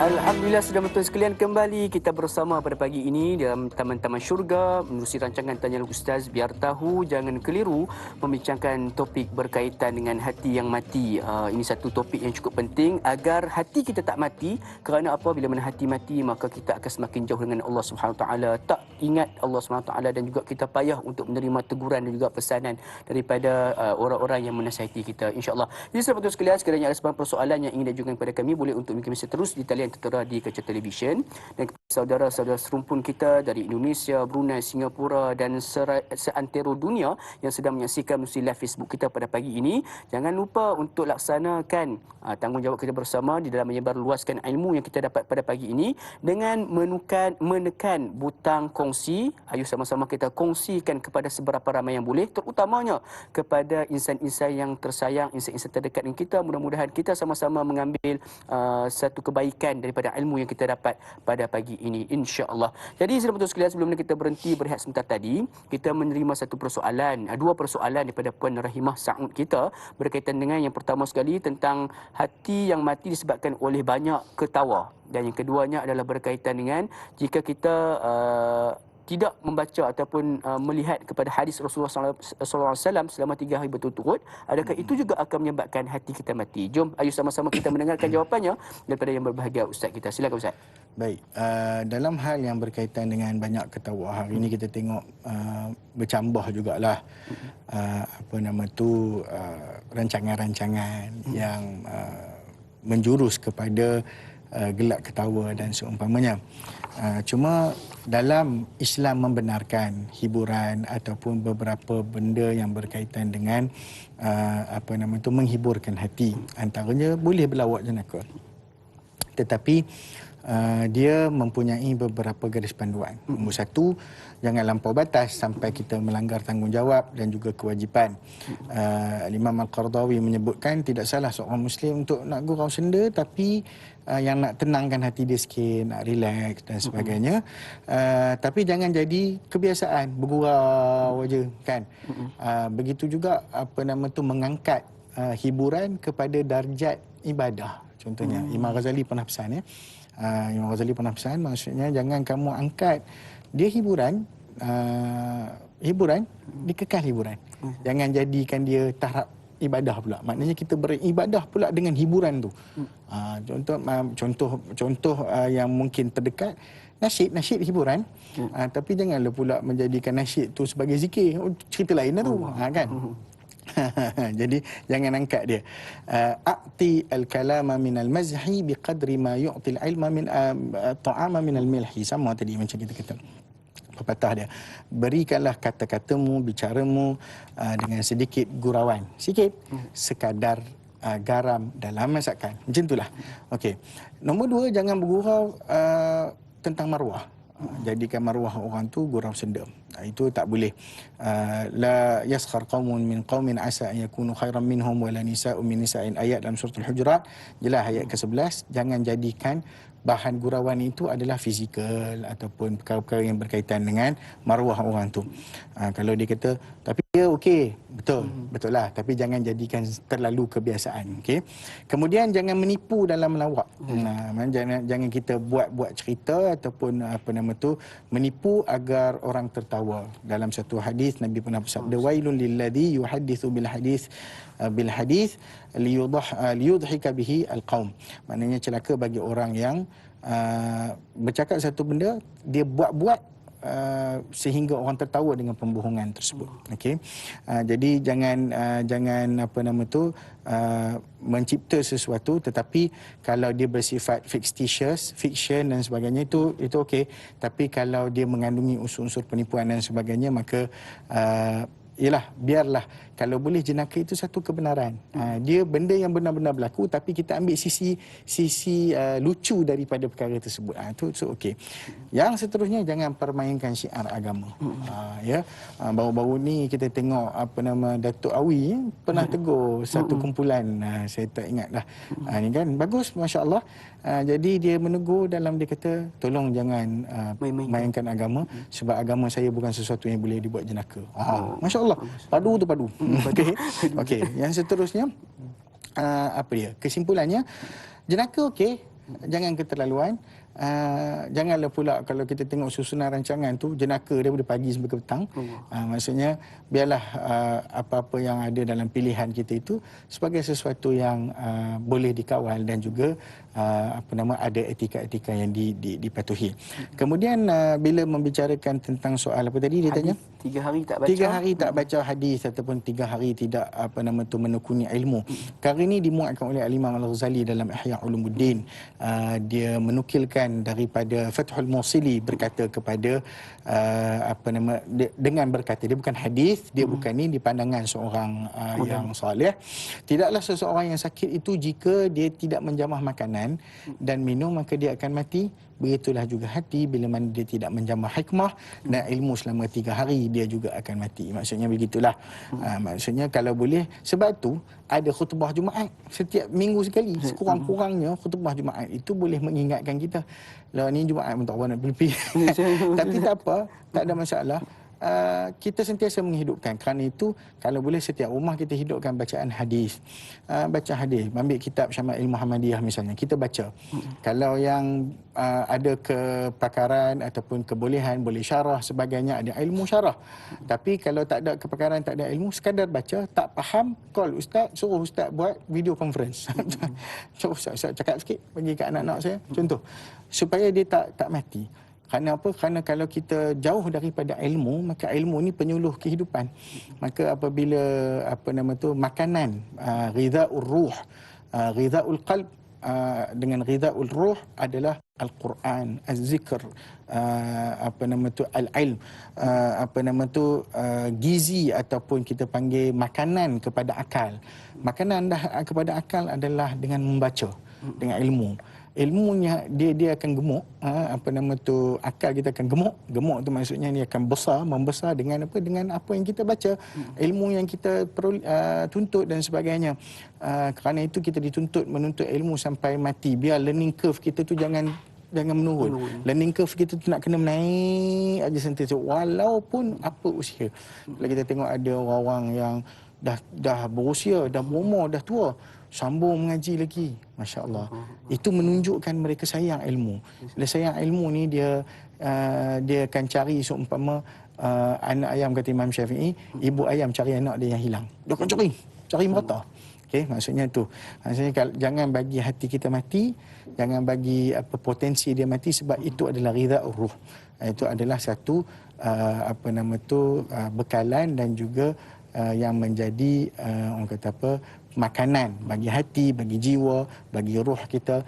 Quran kita baca, kita tadabbur, sebab antara hati mati, dia tak boleh nak tadabbur Quran. Contohnya sebab, dan Quran itu mengandungi ilmu yang sangat luas. InsyaAllah. Jadi sudah betul sekalian. Jadi apa yang dikatakan tadi yang berbagai ustaz berkaitan dengan petikan kita kena tuntut ilmu selama 3 hari. Kalau tak buat, hati mati itu bukanlah datang pada hadis, tetapi daripada kata-kata Imam Al-Ghazali rahimahullah. Jadi sudah betul sekalian, ayo sama-sama kita perbetulkan yang salah dan juga kita perbaiki apa yang telah betul. InsyaAllah bersama-sama kita memperbaiki mutu ilmu kita, insyaAllah. Jadi sudah betul sekalian, kita nak raih pemanggil kita di talian pada saat sekarang ni, Tuan Haji Ismail kita. Assalamualaikum Tuan Haji Ismail. Waalaikumsalam warahmatullahi wabarakatuh, Da'i dan Ustaz. Ya, apa khabar? Alhamdulillah, sihat. Alhamdulillah. Ya. Silakan soalan. Soalan saya tanya Ustaz macam ni. Apakah ungkapan orang tua-tua selalu berkata, biar buta mata, jangan buta hati? Adakah ini memberi maksud tanda-tanda hati yang mati? Itu je soalan saya. Terima kasih. Ya, sama-sama Tuan Ismail kita. Warahmatullahi wabarakatuh. Assalamualaikum warahmatullahi wabarakatuh. Satu soalan yang menarik. Baik. Menarik, pepatah Melayu mengatakan bahawa biar buta mata, jangan buta hati. Adakah itu petanda hati dah mati? Silakan Ustaz. Baik. Bila kita sebut tentang pepatah Melayu tu, cantik tu. Biar buta mata, jangan buta hati. Sebab kalau buta hati, setengah orang utara kata buta perut. Buta perut. Buta hati tu. Buta perut sungguh. Maknanya dia tak boleh nak faham, dia tak boleh nak comply, dia tak boleh nak idrak. Idrak ni maksudnya dia capai kepada capaian dia kepada sesuatu perkara tu sama ada lambat ataupun dia memang tak mau buat langsung. Dia tak ada effort langsung untuk nak buat benda tu. Kemudian dia rasa ni memang betul. Orang cakap tak faham-faham, dia tak nak langsung mengubah diri dia. Maka itu disebut sebagai buta hati lah, buta perut dan sebagainya. Biar buta mata, sebab buta mata tak nampak jalan kat dunia, tapi kalau buta hati tak nampak jalan dunia, tak nampak jalan akhirat. Dua-dua tak nampak. Jadi masalah buta hati dia bukan hati mati. Okay. Dia boleh disedarkan kembali sebab dia termasuk dalam golongan-golongan yang disebut sebagai al-qalbul marid, iaitu hati yang sakit. Sifat yang kelima ataupun dia banyak sifat, antara sifat yang boleh kita sebutkan antara sifat hati yang sakit adalah hati yang mati. Afalam yasiru fil ardi fatakuna lahum qulubun yaqiluna biha aw adhanun yasma'una biha fa innaha la ta'mal absaru walakin ta'mal qulub allati fis sudur. Yang ni yang hakikat yang Allah Taala sebut dalam suratul Hajj ayat 46. Afalam yasiru fil ard, bukankah mereka itu boleh melata atas muka bumi ini? Fatakuna lahum qulubun yaqiluna biha. Selalu Allah kaitkan hati ni dengan potensinya untuk berfikir. Kenapa? Kerana hati itulah yang mencerna dan juga memacu pemikiran. Maksud dengan hati kita nak faham. Sebab tu bila mana kefahaman tidak diberikan oleh Allah, kita minta doa, Allahumma faqihni fid din. Man yuridillahu bihi khairan yufaqihu fid din. Allah nak bagi dia baik, Allah bagi dia faham urusan agama. Faham urusan agama bukan tahu urusan agama. Ada orang yang tahu. Nabi kata rubba hamil fiqhin ila man huwa afqahu minhu. Ada kadang-kadang orang yang membawa fiqh kepada orang yang lebih faqih. Maksudnya dia ada fiqh banyak, dia tahu banyak, tapi dia tidak faqih. Tak faqih ni maksudnya dia tidak meletakkan hukum pada tempat dia, dia tidak meletakkan persoalan pada masalah dia yang sebenar. Bila orang nak bincang tentang soal riba, soal apa, dia kaitkan benda lain dengan riba contohnya, padahal tak ada kaitan. Maksudnya nak meletak satu perkara itu pada argument ataupun pada perbincangan yang betul. Itulah fiqh. Itulah antara sebahagian daripada fiqh lah. Jadi lahum qulubun, yang sepatutnya yaqiluna biha, mereka boleh faham, mereka boleh berfikir dengan menggunakan ada mekanisme berfikir dan mekanisme ataupun kerangka manhaj yang boleh menjadikan dia itu menakul, berfikir, menakul dan melihat satu perkara pada perbahasan-perbahasannya. Au adhanun yasma'una biha, dan telinga yang mereka boleh dengar. Dengar maksudnya mereka buka telinga untuk mendengar argumen, buka telinga untuk mendengar hujah, buka telinga untuk mendengar kebaikan-kebaikan, mendengar kalimah-kalimah Allah, mendengar bahasa-bahasa indah daripada hadis nubuwah. Kemudian Allah kata fa innaha la ta'mal absar, bukan buta mata tetapi buta yang paling teruk adalah hati yang berada di dalam dada. Jadi kat situ yang berkaitan dengan hati yang buta ni. Maknanya buta hati ni bukanlah hati yang mati, tetapi dia dikategorikan sebagai hati yang sakit. Okay. Jadi buta hati ini adalah hati yang sakit. Jadi saudara-saudara sekalian, berkatakan oleh Ustaz sebentar tadi, buta mata tak apa sebab kita tak nampak dunia saja. Tapi kalau buta hati, tak nampak dunia, akhirat pun kita tak nampak. Jadi mudah-mudahan Allah lindungi kita daripada dibutakan mata hati kita, insya-Allah. Jadi saudara-saudara sekalian, kita naraikan persoalan yang berikutnya dengan saki-baki masa yang kita tinggal untuk TV3 pada pagi ini, dengan soalan pada saudara Abdul Karim Sufian. Assalamualaikum. Waalaikumsalam warahmatullahi. Soalan saya, bagaimanakah cara yang terbaik untuk memberi vaksin kepada seseorang yang mana hatinya sentiasa keras dan degil untuk membuat kebaikan pada Allah, dirinya dan orang lain? Mohon perkongsian ilmu yang berbahagia Ustaz. Jazakallahu khairan katsira. #biar tahu jangan keliru. Di-highlightkan perkataan vaksin di situ. Silakan Ustaz. Itu perkataan paling famous sekarang ni lah. Vaksin, apa nama tu, pharmaceutical lah, tu semua perkataan-perkataan yang orang duk cari-cari hari ni. Bukan cari perkataan je, cari saham ada juga. Okey. Baik. Kita sering mendengar yang ni, sebelum saya pergi kepada yang lain, apa nama tu, penyanyi Opik kan, dia ada satu lagu yang dipanggil Tombuh Hati kan. Apa dia maksud tombuh hati ni? Maknanya ubat kepada sakit hati. Tombuh hati itu 5 perkara ni. Kan, kaping apa nama, kaping pisan, kaping pisan moco Quran lan maknane contohnya, kaping pindo solat wengi lakonono, macam-macam lah. Itu orang Jawa minta maaf, dia punya makhraj dengan dia punya tu tak berapa betul kan. Kaping pindu, kaping telu, wang kang soleh kumpolono. Baik, itu dalam lagu kan, dalam lagu orang senang nak ingat. Okey, tak apalah, tuan-tuan boleh carilah kat situ. Tapi ada satu syair yang dikumpul oleh Syihabuddin Ibn Ruslan. Dia kumpul dalam syair yang menarik. Dia kata apa? Dawa'u qalbika khamsun 'inda qaswatihi fad'ab 'alayha tafuz bil khairi wal dhafari. Khala'u batnin wa Qur'anun tadabbaruhu kadha tadarru'u bakin sa'at as-sahari. Thumma tahajjudu junhal layli awsatuhu wa an tujalisa ahlal khairi wal khabari. Cantik dia cakap. Apa dia kata?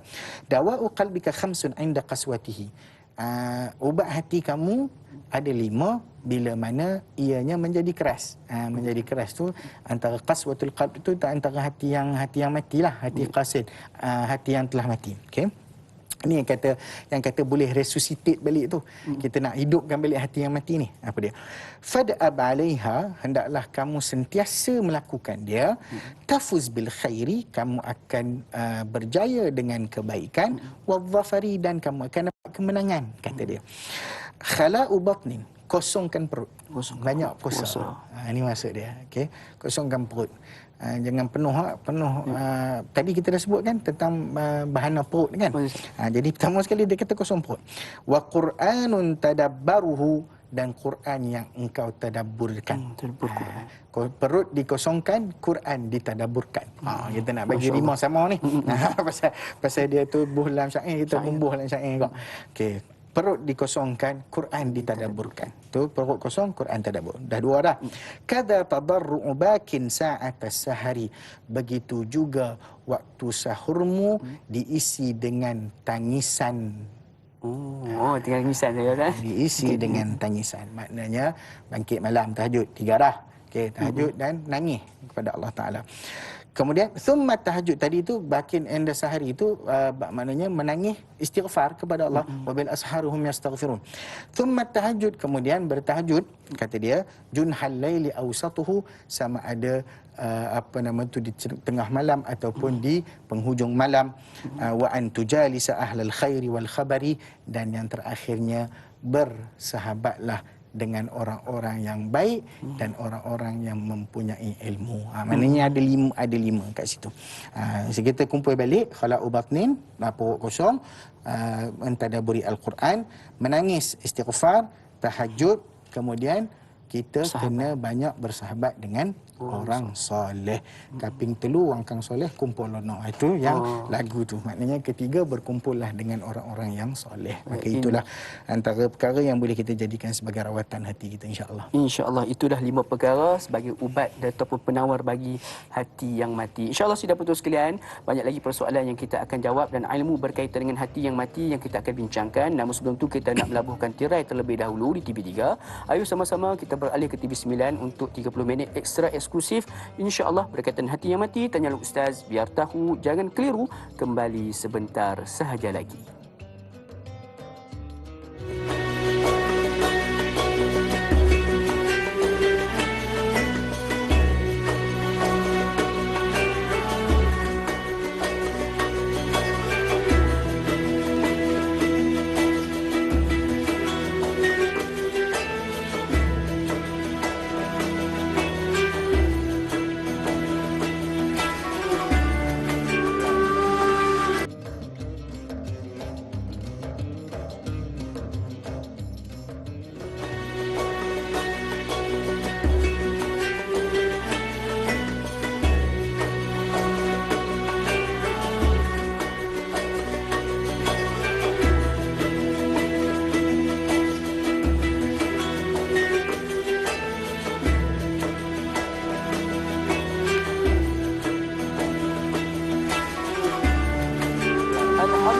Sekalian, kembali kita bertemu di rancangan Tanyalah Ustaz Biar Tahu Jangan Keliru pada pagi ini menerusi siaran di TV9 Dekat di Hati, membincangkan isu juga berkaitan dengan hati, iaitu hati yang mati. Mudah-mudahan ianya apa yang kita dapat ilmu pada pagi ini mendekatkan kita bukan hanya sekadar dengan ilmu, dengan cinta kita pada ilmu, bahkan menambahkan kita dengan cinta kita kepada Allah, dengan penciptaan satu daging yang di dalam tubuh badan kita, iaitu hati, yang dimana dikatakan juga oleh hadis baginda SAW, sekiranya daging tersebut baik maka baiklah seluruh tubuh badan, dan sekiranya buruk daging tersebut maka buruklah seluruh tubuh badan, iaitu hati kita. InsyaAllah mudah-mudahan kita mendapat manfaat.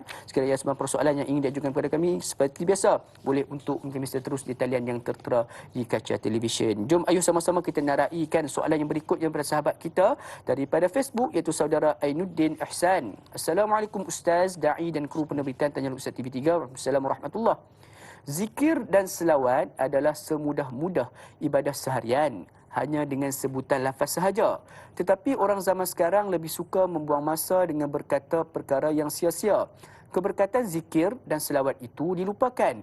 Sebaliknya, mematikan hati dengan kata yang sia-sia. Adakah itu adalah fitrah manusia sendiri atau keimanan dalam diri yang masih perlu dipupuk dan dididik? Satu soalan yang cukup baik untuk kita sama-sama dapatkan jawapan. Silakan Ustaz. Ya. Benar. Apabila dia berkaitan dengan soal percakapan, soal amalan, soal apa yang kita sebut,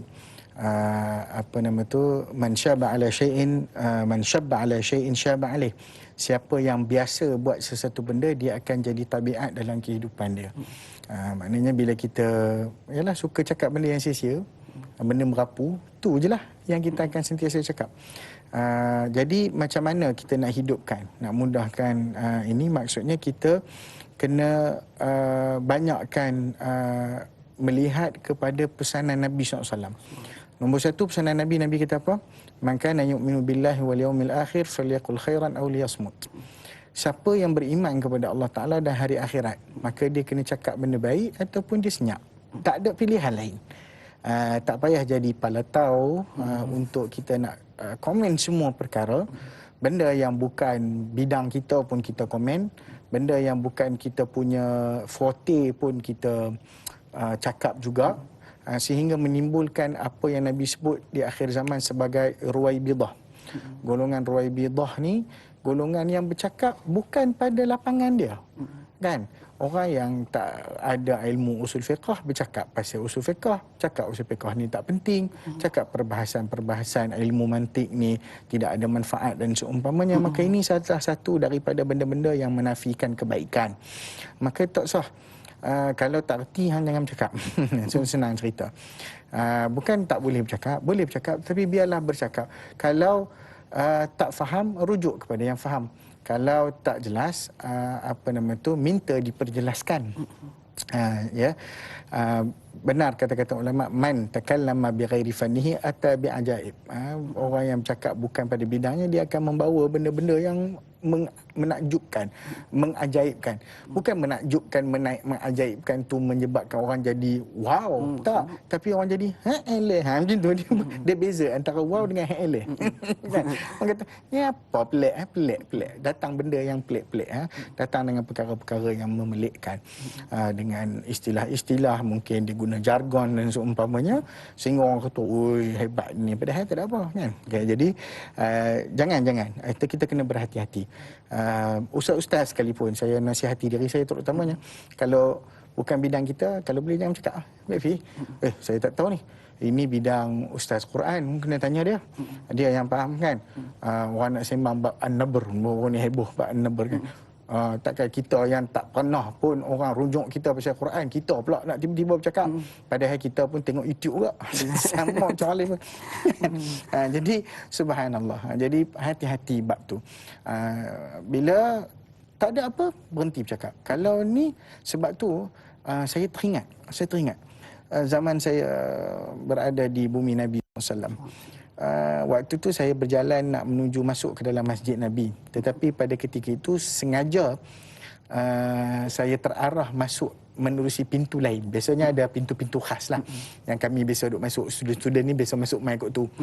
Biasa tu hari ni saya melincong tempat lain sikit. Jalan depan makam Nabi SAW tu kan. Kemudian melewati pintu Babus Salam. Lepas habis pintu Babus Salam tu, tiba-tiba saya nak pergi ke mengarah ke pintu Babus Salam tu. Memang jarang lalu situ, tapi hari tu tergerak hati saya nak lalu situ. Tiba-tiba sekonyong-konyongnya terlihat kelibat Syekh Allahumma salli ala Sayyidina Muhammad. Lupa pula dah nama dia. Nak cerita betul lupa nama Syekh pula dah. Abu Bakar bin Jabir Al-Jazairi rahimahullah. Syekh Al-Jazairi ya. Dia saya tengoklah dia disorong oleh pembantu dia.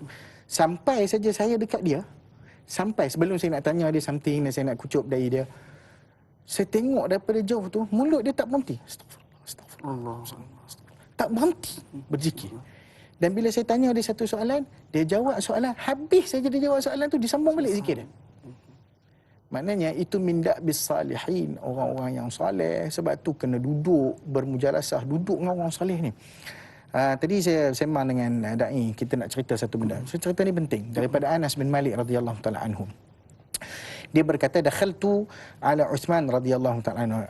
Anas kata, aku masuk bertemu dengan Uthman radhiyallahu taala anhu. Wa kuntu ra'aitu fi tariq imra'ah. Aku tadi masa dekat jalan, aku nampak seorang wanita. Ta'ammaltu mahasinaha. Aku terpesona sikit dengan kecantikan dia. Faqala Uthman radhiyallahu taala, Uthman cakap kat dia apa? Yadkhulu alayya ahadukum. Sekarang ni masuk di kalangan kamu ini seseorang, wa atharu zina zahiratun ala ainaihi, dan kesan-kesan zina terlihat pada matanya. Ni bukan sahabat cakap dengan seorang sahabat yang lekeh-lekeh. Ni cakap pasal Anas bin Malik. Yang cakap tu siapa? Uthman.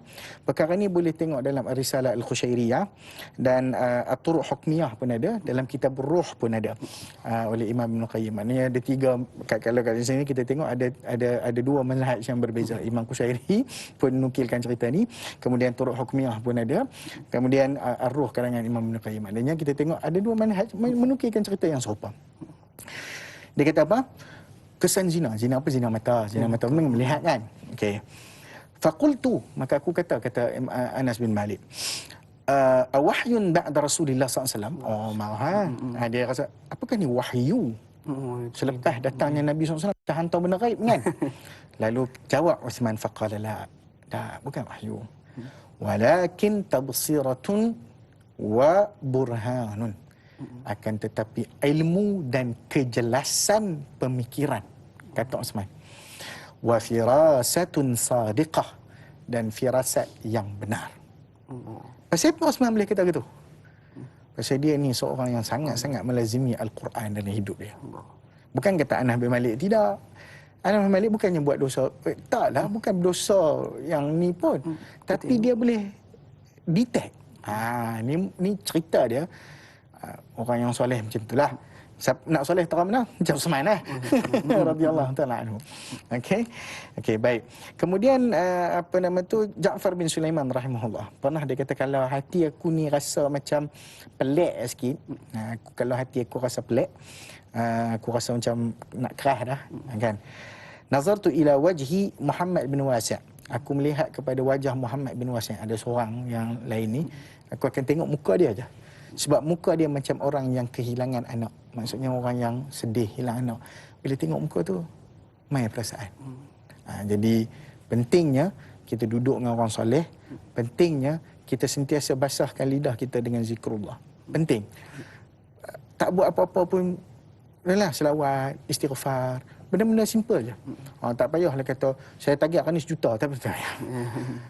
Cakap, buat sahaja.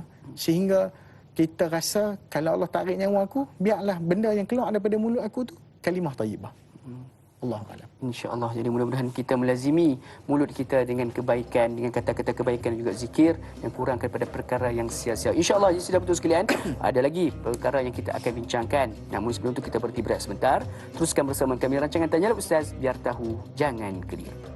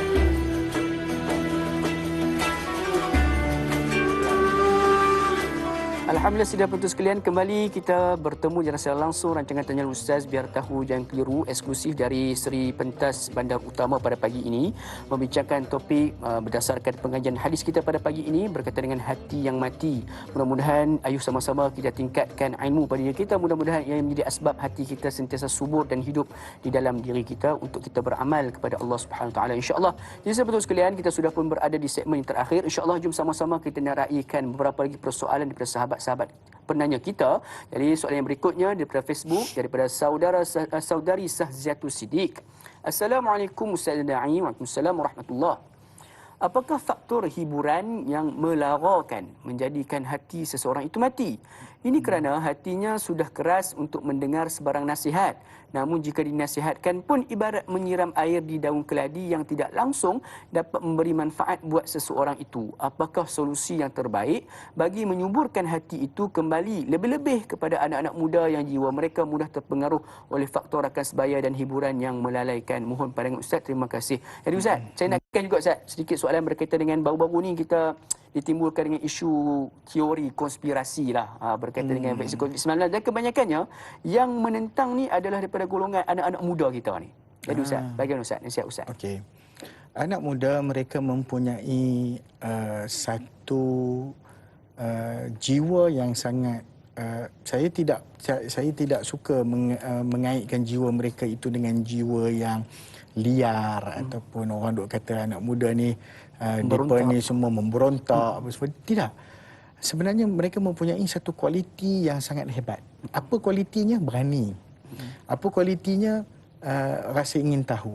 Apa kualitinya lagi? Mereka suka explore. Apa kualitinya lagi? Mereka ini masih bertenaga. Apa kualitinya lagi? Akal mereka sedang berupaya dan juga sedang digunakan kepada benda-benda yang apa yang mereka hadapi. Jadi apa kalau yang mereka hadapi itu adalah semata-mata sekadar hiburan. Hari ini macam-macam hiburan. Orang tengok ada video YouTube ke whatever ke Facebook, macam-macam lah kat media sosial, tengok orang main game ulat makan. Saya tak faham apakah yang melihat itu menjadikan ketenangan pun saya pun tak tahu. Mengenyangkan. Menenangkan. Tak tahu pasal orang cakap dia pasal hang tu tua. Orang kata gitu pula. Tak tahulah kan. Tapi isunya sekarang ni ada benda-benda yang sebenarnya tak ada faedah apa pun. Tapi orang boleh pergi ke situ.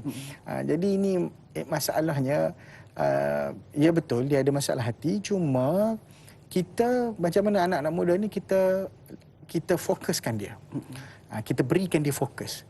Kerana mereka ni sebenarnya mencari sesuatu untuk difokuskan. Dia nak something. Jadi bila kita tak tawarkan apa perkara tersebut, maka dia akan carilah benda-benda tu sendiri. Dia akan cari hiburan dan sebagainya. Dan hiburan ni salah ke dengar lagu apa semua. Orang yang kata haram lagu ni memang kata sungguh. Yang kata haram lagu satu apa tak boleh dengar. Macam tadi yang sebelum masuk tanya ustaz tu ada lagu neng tu haram tak boleh dengar. Tu yang memegang kepada begitu. Ada yang memegang kepada keharusan, tetapi keharusan pun macam tadi kita sebut Imam Ghazali sebenarnya membenarkan dan sebagainya. Imam Ghazali pun mengharamkan beberapa jenis muzik. Alatan muzik misalnya. Bukan dia benak semua, ada benda yang diharamkan. Dan pernah satu asar daripada Ibnu Umar kata al-ghina'u min zadir rakib. Menyanyi itu, berhibur, menyanyi itu min zadir rakib adalah bekalan bagi orang yang dalam musafir. Maknanya pengembara dia menyanyi, berdendang sebab dia dengar benda tu. Kemudian Nabi SAW pun mendengar daripada hadis Rubai' binti Muawiz radhiyallahu taala anha. Maknanya dengar juga daripada tu mereka bernyanyi. Nyanyi pukul gendang tapi lirik pula silap. Dia kata lirik pertama okey, lirik kedua dia kata wa fina nabiyyun ya'lamu ma fi ghadin. Maknanya di kalangan kami ada nabi yang tahu tentang masa depan. Nabi kata la taquliha kata. Jangan kamu kata lagu tu. Tapi cukup sekadar kamu kata yang mula-mula tu, lirik yang mula tu. Lirik yang nombor 2 ni jangan sebutlah. Aku tak tahu masa depan, aku tak tahu benda gaib. Jadi biar ada signifikan. Maksudnya dia kena memilih yang terbaik dalam kehidupannya. Kita kena bagi kepada anak-anak muda ni fokus. Apa yang dia orang perlu fokus. Dan benda yang dia orang perlu fokus tu memang kita sebagai dulu kita jadi anak muda, kita pun tak tahu fokus apa sebenarnya dalam hidup kita. Dah tua baru kita tahu kan. Jadi macam mana kita nak menterjemahkan. Inilah yang selalu menjadi gagal dalam generasi jurang generasi yang menyebabkan orang yang berumur sekian sukar untuk memberi maklumat, nak sampaikan apa kepada generasi muda kerana perbezaan itu. Jadi macam mana kita nak buat, kita kena macam seolah-olah kita kena kerjasama dengan banyak pihak lah. Kita kena turunkan sikit barangkali cara kita bercakap dan seumpamanya. Itu usaha kita. Sebab anak muda adalah generasi masa akan datang. Innahum, Allah Ta'ala sebut tentang anak muda ni memang sangat hebat. Innahum fityatun amanu bi rabbihim. Pastikan mereka ni beriman kepada Allah. Satu. Wazidnahum huda. Dah mereka beriman, mereka jaga solat, mereka jaga akidah dia, dia jaga iman dia, Allah bagi petunjuk insya-Allah. InsyaAllah. Jadi mudah-mudahan menjawab persoalan tersebut, iaitu dengan kita memberikan fokus kepada mereka, suatu benda untuk difokuskan agar mereka tidak tersasar daripada laluan ataupun perjalanan kehidupan mereka, insyaAllah. Jadi jom sama-sama kita raikan persoalan yang mungkin barangkali persoalan terakhir kita pada pagi ini daripada saudara Abdul Karim Sufian. Assalamualaikum yang berbahagia Ustaz dan Da'i serta semua kru-kru Tanya Ustaz TV3 79 Tugas. Waalaikumsalam warahmatullahi. Ada 3 soalan. Soalan yang pertama, bagaimanakah untuk menguruskan hati agar ianya tidak mati dan sentiasa mengingati Allah Subhanahu Wa Taala? Yang keduanya, adakah sekiranya sering meninggalkan solat boleh menyebabkan hati mati? Yang ketiganya, bagaimana untuk mengubati hati yang telah mati? 3 soalan. Jadi boleh Ustaz, silakan. Baik, soalan yang 1 dengan nombor 3 tu sama aja tu sebenarnya. Soalan nombor 2, apakah tinggal solat boleh menyebabkan hati mati? Ya. Banyak sangat tinggal solat ni boleh menyebabkan hati mati, tetapi jangan kata hati dia mati dah tak ada ruang dah untuk disembuhkan ataupun dihidupkan kembali. Ada ruang. Dan ruang-ruang itu sebagaimana yang dijelaskan tadi, kita dah sebut tentang ubat-ubat hati, perkara-perkara yang akan menghidupkan hati. Satu kisah daripada Al-Imam Hasanul Basri, dia didatangi dengan satu bekas air. untuk dia ambil bekal air lah, untuk dia berbuka puasa dengan air tu, ataupun dia nak menggunakan air itulah. Bila mana air tu didekatkan dengan dia menangis. Dia menangis. Dia kata apa? Zakartu umniya ahlin nar. Aku teringat, bila aku tengok ayat ni, aku teringat cita-cita ahli neraka. Ahli neraka dia sembang, dia kata apa? An afidu alaina minal ma'. Wahai orang syurga, ahli syurga, tolonglah simbah sikit ayat kat kami. Nampak? Okey. Wa zakartu ma ujibu, dan aku ingat juga depa dapat jawapan apa? Dia kata innallaha harramahuma 'alal kafirin. Sesungguhnya Allah Taala haramkan nikmat syurga ni atas orang kafir. Nampak tak? Dia sentiasa mengaitkan hidup kita ni, tolonglah kita kaitkan dengan akhirat. Biarlah ada connectivity dengan akhirat. Jangan putuskan kehidupan dunia, apa saja berkaitan dengan dunia ni, dengan akhirat. Mesti ada connectivity. Kemudian ada satu kata-kata Imam Ibn Qayyim. Imam Ibn Qayyim Al-Jauziyah rahimahullah. Ada orang baca nama dia Ibnul Qayyim, ada orang baca Ibnu Qayyimil Jauziyah. Dua pun ada orang baca. Baik. Imam Ibn Qayyim ni kata-katanya surprisingly sama macam kata-kata Al-Imam Al-Ghazali. Lebih kuranglah pada penghujung kata-kata dia tu. Sama macam kata-kata Imam Al-Ghazali. Apa dia kata? Ibhathu ataupun utlub qalbaka fi thalathati mawadhi' ataupun fi thalathati mawatin. Cari hatimu pada 3 tempat. Cari, find your heart, okay? Find your soul pada 3 tempat. Okay? Mana? Inda sima'il Quran, inda sama'il Quran. Ketika mana kamu mendengar Al-Quran, kamu cari hati kamu. Kat mana? Wa fi majalis dzikri, dan pada majlis-majlis zikir. Majlis zikir yang dimaksudkan adalah majlis ilmu. Ya, majlis ilmu. Wa fi awqatil khulwah, dan waktu-waktu engkau bersendirian, cari hatimu. Fa in lam tajidhu fil mawatin, jika kamu tidak menjumpainya pada tempat-tempat itu, fas'alillah, maka pintalah kepada Allah, an yamunna 'alaika biqalbin, supaya engkau diberikan hati. Fa innahu la qalba laka, sesungguhnya tak ada hati dah kamu ni. Sama macam Imam Ghazali kata. Kalau kamu hati mati apa semua, pintalah Allah hati yang baru. Maknanya begitu. Jadi apa yang kita nak sebutkan dekat sini mungkin sebagai kesimpulan daripada perbincangan kita, Imam Ibn Qayyim sebut lagi, fa fi'lul ma'murat, melakukan benda-benda yang disuruh oleh Allah Taala, hayatul qalbi wa ghidha'uhu, dia adalah merupakan benda yang akan menghidupkan mati dan memberikan bekalan, juga memberikan zat kepada hati tersebut. Wazinatuhu wa sururuhu, dia juga akan menghiaskan hati dan menjadi kegembiraan kepada hati. Wa qurratu ainihi, dan juga menjadi penyejuk mata hatinya. Waladzatu wa naimihi, waladzatuhu wa naimuhu, dan juga dia adalah kelazatan serta nikmat yang mampu dirasakan oleh hati. Mudah saja tuan-tuan sebenarnya bila kita nak sebut tentang penjagaan hati, bila kita sebut tentang apa yang dilakukan oleh para ulama. Sebab itu para ulama rahimahumullahu ta'ala, mereka sentiasa menghidupkan amalan soleh. Sentiasa duduk dalam keadaan mereka nak pastikan hidup mereka itu, kalau dalam poin mana pun mereka ditarik nyawa oleh Allah Ta'ala, biarlah mereka ditarik nyawa dalam keadaan dia tu beramal soleh. Ada orang banyak puasa, sebab apa dia suka? Aku suka kalau aku mati dalam keadaan aku puasa. Kan? Ada orang banyak bersedekah. Aku suka kalau aku mati dalam keadaan bersedekah. Ada orang banyak membaca. Aku suka kalau aku mati dalam keadaan membaca. Kan? Ada orang dia buat kerja sungguh-sungguh, dia cari itu, dia cari ni, diligat sana, diligat sini. Kalau kita tengok orang yang bekerja sungguh-sungguh, jangan kata dia ni ahli dunia ni, kerja macam nak mati. Jangan kata begitu. Mungkin dia mencari sesuatu pada pekerjaannya dia mencari redha Allah. Dia cari jalan syurga dengan kerja dia. Siapa yang mati dalam keadaan ni dia nak mati syahid kan.